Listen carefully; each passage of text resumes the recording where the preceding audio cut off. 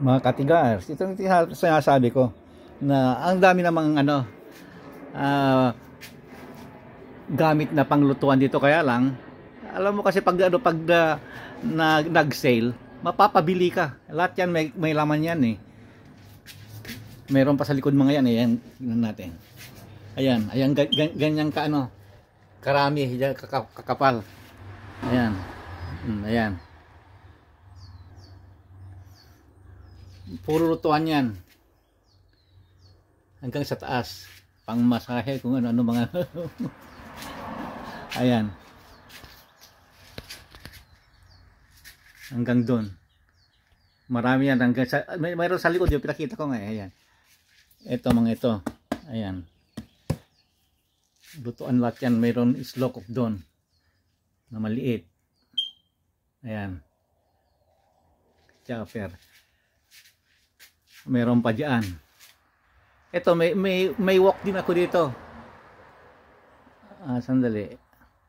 Ayan. Pero electric. Hindi pa nagamit yan. At saka yung ano, yung fryer na yon, hindi pa nagamit eh. Bakit maglalagay ng maraming mantika tapos kukunti na lutuin mo? Kaan ka na sa labas. Ayan. Lahat yan mga lutuan. Toaster. Mga heater. Marami pa sa likod niyan. Kaya sabi ko, bakit pa nakabili na hindi na oras sila. Kaya nandito ako, saan ko kayo sasaksak dyan, sabi ko, kasi hindi ko pa nang gagamitin eh. Kaya tinitingnan ko kung saan ko saksak.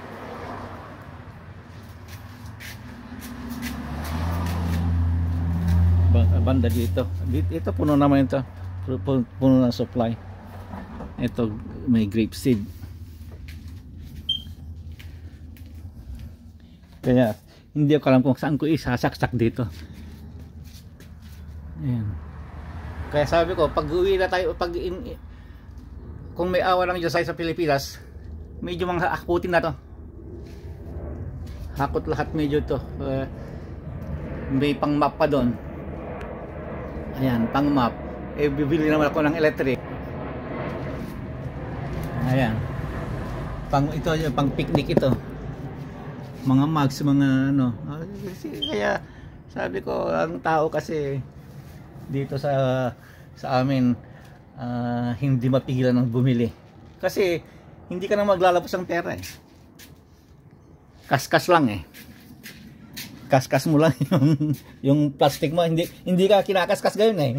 Itap mo lang eh. Itap mo lang eh. Ayan. Okay. Bye-bye.